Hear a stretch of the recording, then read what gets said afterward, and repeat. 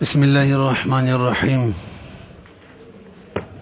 فصل في الشركة الفاسدة. دا خوشوه وكان فصل وليس لأحد الشريكين أن يؤدي زكاة مال إلا بإذنه لأنه ليس من جنس التجارة. خجي فصل هر کله چې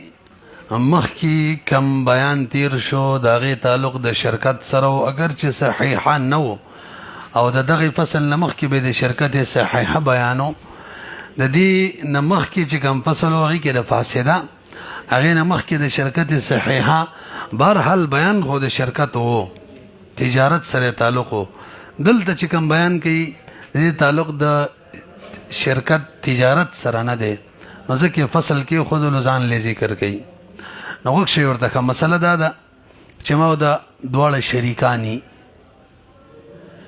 نو په دې دواړو شریکانو کې ولم نه د جایز ده چې یو د بل د مال نه د هغه زکات ادا کړي پوه شوي به ځکه زکات ادا کول د تجارت نه خو نه ده چې ته به ووایې چې هلکه شریکان دي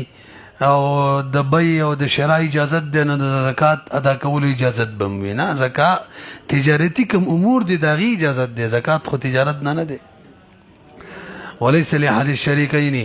جایز نه ده په دواړو شریکینو کې یو لره ان یؤدي چې ادا کړي زکات مالین زکات د مال زکات مالین دی که نه الا باذنه مگر د مقابل په اجازت بیا ادا کوي وجه لانه ځکه دا زکات مال الاخر شته کنه دا ټیک دی ښه ایودی زکات مال الاخر دا صحیح دی الا باذن مگر د بل په اجازت باندې لانه زکات ادا کول لیس من جنس التجارت دا د تجارت د جنس نه دی د اعتراض نه جواب دی یار دی که غوار یو د بل وکیلی نو بس زکات کم وکیل لیکنه وای نه تجارتی امور کې وکیلی فإن أذن كل واحد منهما لصاحبه أن يؤدي زكاة فأدى كل واحد منهما فالثاني زامن علم بأداء الأول أو لم يعلم برغوري لك مسألة دا موضع شريكاني ما تدويل جزما زكاة أداك او ما دتويل تزما زكاة أداك پدې کې دواړو زکات ادا کو یعنی ما ځان زکات ادا کو د د لپاره مې ادا کو د خپل زکات ادا کو زما غي ادا کو اوس حکم د امام سے وای ما چې کم د زکات ادا کړي دی یو شریک چې د بل کم زکات ادا کړي دغه روپۍ به شریک لور کوي د خپل جب نه دا غي ضامن دی بل شریک چې خپل کم زکات ادا کړي خو ټیک ده خو د بلې چې څومره ادا کړي 1000 روپۍ دی مثلا اب د جب نه ور کوي زکات خو خپل ادا کړي تا ولې ادا کوو به کورته پته چې شریک می زکات ادا کړي دی غي نه پس ادا کو کورته نه پته دواړو صورتونو کې هر یو څوي ضامن وي د بلخه جب نه بوله به زمان ور کوي دا صورت الله دې چې کله دواړه زکات ادا کی او کچریه وی ادا کی هغه هم دغه حکم دی د ما ته ویل ما زکات ادا کا نو ما خپل زکات ادا کول د دمه مر سره ادا کو حالن کې د خپل زکات زما د ادایګۍ نه مخ کې کړو امام سے وای کنه د صورت کې به د چې کوم زکات ما ادا کړې غي زمان به ورکم زکات خود خپل ادا کړې ما ولې ادا کو اگر چې ما ته دا پته نه و چې هغه خپل ادا کړي او صاحبین وای نه جی مسله د سیدام کچری ما د اغا زکات ادا کولو او ما ته پته واه چې هغه ادا کړي به مم دغه زکات ادا کوو دا مې سي دغه روپۍ بربادي کړي زمان به ورکوم او کراته پته نه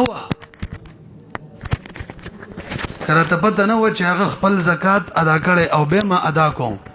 دغه صورت کې به په ما زمان نشته ځکه زی وکیل جوړ کړي بس ما ادا کونو هغه بنا ادا کول خپل پوهیږي په وته وګورئ فإن أذن كل واحد منهما كچري اجازت کو هر واحد پر دواړو کې له صاحبه تا ان يودي چې دادي ادا کی زکات زما ادا کات ور سره ادا قبول ول تزما ادا کا نو به فعد كل واحد منهما ادا کړو هر واحد پر دواړو کې زکات نفسانی دا دویم چې چا چې رستو زکات ادا کړي دي دا بزامین وی علم به ادای الاول ک عالم وی په ادا د اول باندې او کنه وی ما ویلی وهذا عند ابي حنيفه رحمه الله اصحابین سوي وقال لا يضمن يوم ند زامن خکلا چې علم ورته نو چې هغه د خپل ادا کړی دی اذا لم يعلم کله چې هر کس ته علم نو خدا صورت کړی دی مولوی سم چې التعاقب سره ادا کړی دی برو ګوري متن مسله چې کوم وا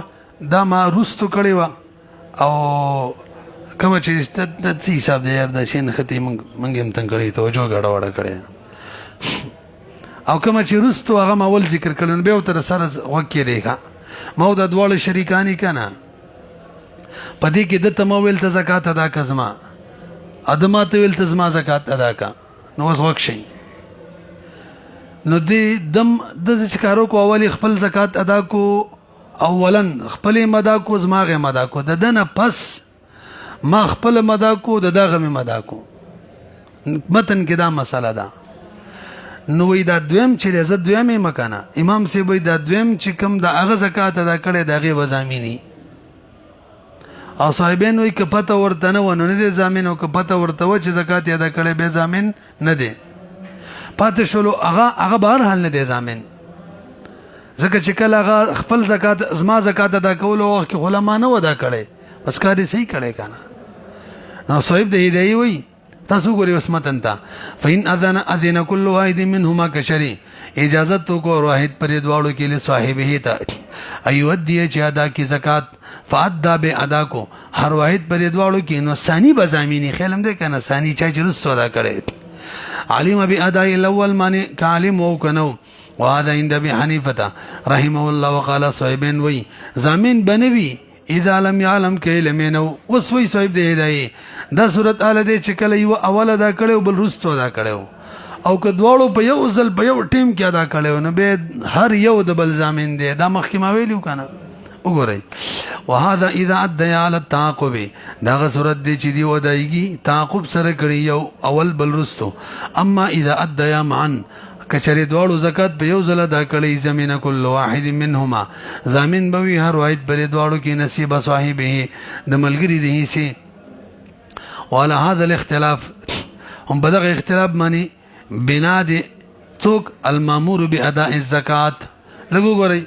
ما د تویل چل کته زما زکات ادا کوم مسله د شرکت نیو باسي شریک نه دي زما الګ زما زکات ادا ک لزر روپی دي به دلاله زکات اعلان او ادا کړي نو ما د خپل ادا کو دا غینه پس دم ادا کو امام سے وی د وکیل چې کله زکات ادا کو کنه د موکل نه رستو د بو زمینی او صاحبین وی کده ته علم او چې زکات د خپل ادا کړي بهم ادا کو به زامن دی او کو د علم نو به پوه نه شوي به دله مال ضرور روپي ور کړی نورې مسان کوي دا روپی دی دا بت زکات کې فقرا ولور کې دا لاړې ما ول دا به پور کوي او کنه پته نه لګي ما خپل د غلط ضرور روپی زکات کې ور کړی دا غلط زره زکات او ختم د دینه پس دی وکیل هم زکات ادایي وکړه نو امام سی بوئی کو ورته پته و چې موکل خپل زکات ادا کړي او کنه وا بهر حال ضامن دی او صاحبین وای کو ورته پته و چې خپل ادا کړي دي نو به ضامن دی او کو ورته پته نه و نو به ضامن تاسو لکه پوه شوي کنه لکه چیرته ګوري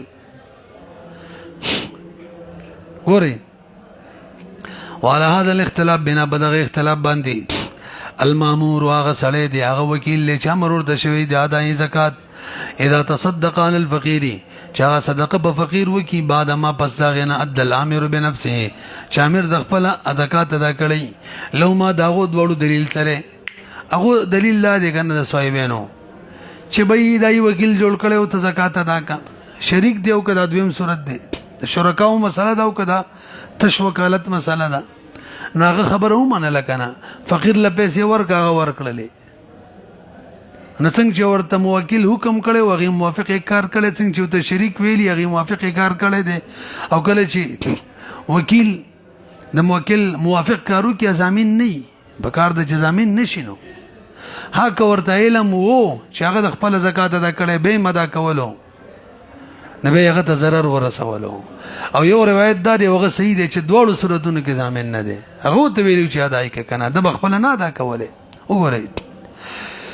لهما د صاحبانو دلیل دا دی څه شو زه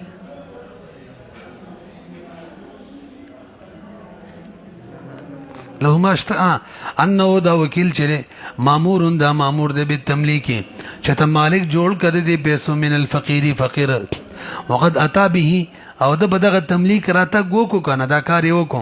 نو فلا یزمنو د بن زمين بن جوړیږي موکل لپاره. وهذا وجه بیانې ووریکا لمی بیانې لم دلیل لمی لان فی وسعه زکه د وکیل په طاقت کې هم داو چې فقیر مالک کی او غم ورته ویلی مالک کی که د خپل طاقت موافق کاری کړی دی نو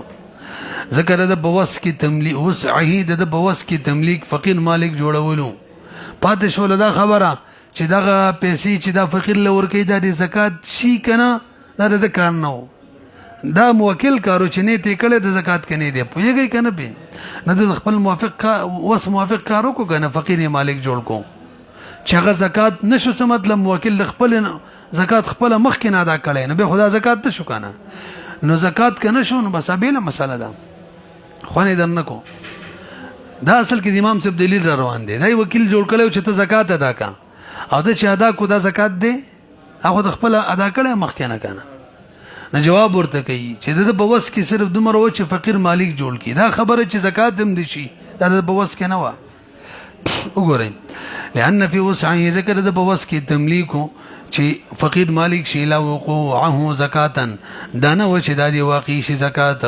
ولل تعلقه چې واقع دي شي زکات د تعلق چې بنیت الموکل سره دی. وانما يطلب منه دنه سره مطالبه کیږي ما د هغه شي په وسعه کوم چې د بوس کې طاقت کې وصارك المامور بذبح دم الاحصار ودا خدا سي شو ما تلک بر وګورئ حج په بیان کې بتا سویلی کله کله سړی حج لذي او بس وزر پیښ شي څوک نه پریدي محصر ورته ویل کېږي بندي کی نبیغه ته حکم دی احرام تړلې کا کتر احرام نزان ختمه احرام لري کې نو غینه مخکې بداسي و کې چاته وایا چې هغه په حرم په حدود کې ستاره بار ذبح وکي هغه نه بس بته احرام نزانو باسي پوه شوي به نو د یو کس وکیل جوړ کو ته پلانکی ورځ باندې زما د بار په حرم کې ذبح وکا به د احصار ختم شو چې احصار ختم شو بس ټیمولا حج روان شو خپل او هغه ته علم نو بس هغه ذبح وکړه نو چې علم ورته نو ذبح وکړه نو دا ذبح د احصار په تور ونه شوله ځکه د احصار لې چې دا موثر وي دلته خو د احصار ختم شوی دی خو بهم ضامن نه دی ځکه علم ورته نو چې هغه احصار ختم شوی دی. ها که علم ورته و څو چې لکه احصار ختم دی را روان دی اجل او به دا کار کړی به ضامن دی نو صاحبین وی ګوره کنه چې علم ورته نو ضامن نه دی د قشان ته دلتم چې علم ورته نو چې هغه د خپل زکات د کړي ضامن به نوي. وګورئ وصارك المامور اذا شو بشان دغه کس شغه د امر شوی به ذبح دم الاحصار اذا ذبح او بيغ ذبح وکي بعد ما زال الاحصار پس هغه چې احصار ختم شوی وحج الامر او امر د خپل حجم کړي به هم لم يزمن المامور مامور نظامین کیږي دلته په کلا دواړه کې دي علما او لا دلته دا علم ورتوي او ک نوي ولي ابي حنيفه من ویلي ولتم سیدار کې علم یو کني ضامن نه ده دلته دغه شان ده ولي ابي حنيفه رحم الله امام صاحب دلیل لري ګوره د ته ویلي ته زکات ادا کنه چې هغه د خپل مخ کې نه زکات ادا کړي دي نو دا وکیل چې ادایګي کوي دا زکات دی دا زکات نه دی نو به کوم شي چې وکیل جوړ کړي هغه کار خونه کوي اسی پیسې فقرا ول ور کوي ورلا حالا کوي انه مامور د سړی مامور بیا د زکات باندې والمؤدى او د چې اوس فقیر لکم ورکړي دي لم يقع زکات نه خو زکات واقع نشو نفصار مخالفا نو دا خو مخالفت کوونکی شو د خپل موکل او دا قانون دی چې کله وکیل د موکل مخالفت وکي نو زمان ټول به بچای په وکیلی کما دي وهذا وجد هذا لان المقصود ده به مولي سبره ګوري لم بیانې امام صاحب وی ګورئ دا بل چې وکیل جوړی کنه چې زما زکات ته ادا کنه مقصود دا دی ځان ته ضرر ورکي خپل مال د ملک نه وباسي ځان ته ضرر ورکي خو نفهم حاصلې کنه نفع څه ده چې فریضه ادا شي زکات ادا شي پوه نه شوي به د ځان ته چې ضرر ورکي د ملک نه مال وباسي په دې باندې نفع حاصلې نفع څه ده فریضه ادا کوي چې زغه خپل فریضه ادا کړی ده او د وکیل د مال به فقراو ته ورکې دي کې خو ضرر دی ځکه مال د ملک نه وباسي خو فایده شته نفع نشته فایده ولې هغه د خپل فریضه ادا کړی کنه وګورئ کمنه وهذا لأن المقصود ذکر مقصود دامر من الامر د امرنا اخراج نفسه هغه دا چې وباسي خپل نفس ان هدت الواجب د هدي د واجبنا لأن الظاهره كظاهره دا چې انه لا يلتزم الضرر د بزان ضرر نه لازمي چې د ملک نه بیسي وباسي الا لدفع الضرر مگر دا چې ضرر بلري کی فریضه ختم کی وهذا المقصود دا مقصود چې حاصل شوی دی بیا دای د خپل ادایګي وکړه اوبه چې مامور ادایګي کوله وارا او خالی ادا د مامور انه دغه مقصود نه لنډ د مخالفت کو کله چې وکیل د موکل مخالفت کوي هغه د وکالت نه معزول کیږي فصار معزولا نو دا معزول شو علم کده علم وی او لم يعلم علم ورته نوی لأن وزن حکمی ځکه د عزل حکمی ما تاسو ویلو په وکالت کې یو عزل حقیقي یو حکمی عزل حکمی کې دا نه د ضروري چې وکیل ته علم وي چې معزوله کړای ما دلته خو عزل حکمی دی عزل حکمی دا چې کار موکل خپل وکي وکالت نه وکیل ختم کله مرتوی او ک نوی دلته دغه دی کا دلته زکات خپل ادا کړي هر چیرې د محصار مسله دغه دلیل پیش کړو بر ګوره لکه د محصار دلیل پیش کړو کنه ناول خورتوي غم زنه منما چې هغه سړی ال تذبح وکړه ا دې زامین نشي بلکې هغه زامین دی د خو حج لته دې سر ختم شوی ولی زبا کوله او کاغه در سره ومنه ټیک دغه زامین نه دی او دا دی دا فرق به ولې دی نه فرق بیانې ور امام صاحب خو ول بهر حال زامین نه دی کنه تاسو ویلیو کنه انو د محصار مبارک مو زامین نه دی نه دواړه شو برابر شو نه د صاحبانو دلیل جوړ نشو او کنه د محصار مبارک دوه مرایدار چې ټیک ده ال تک حصار ختم شوی او غضب حکړی ما درس اندازه لګی تاسو نه پیږي یقین وکړئ پیږي ناول خدا وی چې د محصار کی چې کلا او ته پته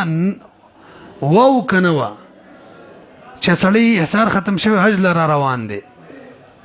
ذبح وکړل امام سی وې زامن نه دی څنګه چې دلته نه دی دواړه یو شان شو صاحبانو استاد دلیل نه جوړیږي وګورئ وتا واما دم الاحصار چې فقط قیل چویلی هو على هذا الاختلاف هغه په دغه اختلاف باندې بنا دی اتفاقی مسله نه ده اتفاقی مسله پیش کړه دلیل کې وقيل بينهما فرق برګوري چویلی او ټیک ده امام سیب منی کال تاغه ته پتا وا چې سړی حصار ختم شوی حج لره روان دی بهم ذبح وکړه لبه زامین دی هدلته وی زامین نه دی فرق یې څه فرق دا دی مولوی شک هغه دا چې زکات ادایګي واجب ده د دې بل صورت نشته زکات به ادا کې ادایګي څه ده د ختمېدلو څه طریقې شته او د محصار کې خو امکان شته چې احصار ختم شي او سره خپل حج لره روان شي نو پاره کې به معلومات پکارو چې احصار ختم دي کنه د ودن معلومات نه کړي او ذبح کړي دا زمان به ذکر आले یی معلومات او تشویم بهرحال معلومات امکانو یعنی د دې امکانو چې احصار څه شي ختم شي احصار څه شي ختم شي او د غضب واجب نشي او زکات کمال له ادایګي د بهر حل واجب ده دواړو کې فرق شو کنه نو قیاس ټیک نه دی پاسانی وای وقيل بينهما فرق وجدادا چان الدم ليس بواجب عليه فهو واجب ونه فانه يمكن ذکه ممکن دی محصر ته ان يصبر چې صبر کړي حتى يزول الاحصار او به د احصار ختم شوی او به تلوي حج کړي نو دمت ختمو ازمن په مسله کې خو ادا واجب را نو یو واجب دی او بل نه دی واجب دواړو کې فرق شو کنه فاعتبار الاسقاط مقصودا فيه نو اسقاط مقصود دی د زمنګ په مسله کې په مسالتنا کې دون دم الاحصار په دم احصار کې اسقاط مقصود نه لري. څه مطلب؟ ادایګي کول او دغه حق ختمول ساقطول زکات کې مقصود دی کې وي نغه زمين نه جوړیږي او په دم احصار کې مقصود نه دی اسقاط می کولا ساقطو مدا کلی چې حج مقوت ملاو شي. قال امام محمد رحم الله فرمایي واذا اذن احد المتفاوضين لصاحبه ان يشتري جاريه فيطأها ففعل فهي له بغیر شيء. برګور الکا دو شریکان دی ماودا د تمویل چلکه بدی شرکت د مال نه وین زواله وتیم کا ور سره د وین زواخ سره وتیم کړلا. اوس امام صاحب پنځمانی حکمدار دا چا چې وین زوت کړه کم شریک هم د شولا او مفت کې شولا پوهیږي کنه او صاحبین وینا دا وین زده د شولا خو شرکت په شریک پیسې په ورکړي خستې ده نه نیمه خو خپل پیسې دي نیمه د ملګری پیسې دي نو ملګری لبداغه نیمه پیسې ورکي لکه څنګه چې شریکانو کې یو شریک کورلا کپڑے مپړې خوراک مراک والی شریکو پیسونه نو ملګری پیسې باغله ورکي کنه دلته به ورکي. واذا اذن احد المتفاوضين کله چې اجازت وکي په دوه متفاوضینو کې یو لصاحبه تا ايشتري جاريه چا د جاریه والی فيطؤها وتيدکی ففعل غدا سی وکي فهي له دا جاریه به هم د دې چا چې وته کړه او بغیر شيء مفت کې به وي څوک وي. امام ابراهيم الله وي وقال صاحبن فرمای يرجع رجوع بقي دابل عليه بدمان بنصف الثمن پنیم سمن شریکو پیسو شه دی اخیسته او ټول ستاشو زما پیسې په کې تلی هغه راکوا لانه ود دینا علیه زکه دا وینځ چې د دش ولا نګوې د وینځ پیسې بدمانه دین شولې چا چې وینځ شولا او د شریک پیسې ادا کړلې نو کوم چې خپل ادا کړی هټیک د خبره دی په کې ادا کړی نه به ورګي کنه به ورګي زکه د ادا کړی دی دین کوم چې بدمانه خاص بدمانه او د دین ادا کړی چانه دی من مال مشترک نه ادا کړی فيرجع عليه نو بدمانی برجو کوي د صاحب بنصيبي د څومره چې داغه د هيسي موافق پیسې ادا کړي کما فی شرایط الطعام والکسوه لکه په طعام او کسوه کې دا مسله وا یو سړی خوراک او یا کپڑے کور لالي او شریک پیسې ادا کی نو هغه صاحب به رجوع کوي په خپل حصہ کې. وهذا وجه داد لان الماء لک برغور صاحبانو دلیل داده چې وین زواخستله شریک پیسې دي کنه یو لک لزر روپۍ وین زواخستله 15000 خپل لاړې 15000 د بل او وته کله وین ز ټوله د دشوره وین ز ټوله د دشو کنه نو ملک چې د دشلو نو پیسې په د لازميږي حالان کې پیسې شریک ور کړی لأن الملك ملك جري واقع شوی له دل خاصه والثمن او تصبت در ثمن خوشي بمقابله الملك په مقابله د ملک نه چا چې ملک دې ثمنم ټول پاغه. ولو امام سے بتوي برګوري امام سے وی دا کوم وینځي چې خسته کنه در شریک مال نه ده شرکت نه ده څنګه چې وینځ واخستله د دوړو شریکا چې د دوړو شریک نیمه پیسې په یو نیمه پیسې په بل پوه نه شوي به پیسې په یو نیمه یو بل په دوړو شوي کنه به وره خدایم غر کا وینځي د شرکت د مال نه خسته ده لزر روپو د 5000 روپۍ په یو شي 5000 په بل شولین نه دی ورته ویل دا وینځ ته وته کا نو وتی پردی وینځ څوک وتی کولای شي نیمه خو پردی دا نو دې مطلب دا دی چې د ازما کوم حصہ د وینځ له دامه تا ته هبکړه لبه وتی دا اقتضاء النص سره د دې وتی نو وخت کې مونږ یو بل لفظ رو باسو درته مه هبکړه لو به وتی کدا مطلب دی پوهیږئ به نغه چې وتی کول نه دی وتی نه مخ کې اقتضاء اول هبه تام شوا ټول وینځ رده شوا به وتی کړه نو په دې بل برجو د پیسو نشي کولای ولی هغه هبه کړی دا د ملک چې واقع شوی او دوړو ته واقع شوی او پیسې په دوړو راغلي وي خپل حصہ غل ور کړی. ان الجاریه چې دا دخلت په شرکت دا داخله شوی په شرکت کې علل بتات یعنی ډایرکټ وډایرکا یقیني جریان علی مقتضی الشرکه د مقتضی شرکت د جریان په وجه موږ د شرکت د تقاضې ته ګورو هغه تقاضا دا کوي چې د دواړو دي شي اذ هما لا یملکانی زکه د دواړو تدا قدرت نشته چې شرکت لدی شي لی او ځان لدی شي خبره پوهیږي کنه چې د شرکت په پیسو دی لی او هغه دي ځان لشي دا قدرت وته نشته دا خو د شریعت د حکم تغییر کول لیدا څوک نشي کولای پاد شلو طعام او کسوا اخو ته دلالتن بار دی هغه پرېدا سوې ګوره اذ هم ذکر دواله چې مالکان ندي تغییره چې دا شرکت دا عقد متغیر کی فاشبه حال عدم الاذن دې مشابهت شو ګویا چې د سره او ته اجازه کړي نه دي چې وتی کا او به خپل وتی کی ځان نه به حکم دادې چې پوهیږي کنه نو چې کله او ته اجازه نه کړي چې وتی کا نو ته حکم دار وینځه د دواړو دلته به منځه د دواړو پوهیږي غیر ان الاذن هادم راده د اجازه ته چې وکړو يتضمن هبه نصیبه دا متضمن دی د خپل حصے د هبه منه هغه ته وته هبه کوي ځکه وتی په مشترک وینځ کې نه جایز کا لأن الوتی چې دا حلال نه وی الا بالملک مگر کله چې ملک وي ولا وجه الى اثباته بالبيع اعتراض تاسو د څه وکي کنه چې هغه ته وای دا وینځ ته وتی کنه معنی دا د چیزمای سبتا د در خرڅو ما او ازمای سبب سواله وتی کا وینا کنه ودا دلته نه کیږي شرع قصه دلته نه کیږي بای شرع ولا وجه نشتر الى اثباته چې دا ملک د دې چا چې وته کله د ثابت شي په بای سره لما بینا وجه من بیان کړل چې دا د شرکت دی انه يخالف مقتضى الشركه چې دا بیا د مخالفه د مقتضا د شرکت شی شریک دی نو د څنګه وی چالکا ټول غزان لاخسته فاثبتناه موږ دا ملک ثابت کړلو به به الثابته هغه هبه چې کومه ثابت ده بځې مند اذن کې پويږي به بخلاف الطعام والكسوه هغه تی ولی بار دی هغه تی وای څنګه چې دواړو شرکت کولو شروع نه غبار دی چې به شرکت نه نه کې چا ځان لغوراک اهل عیال لا کپڑے خستلې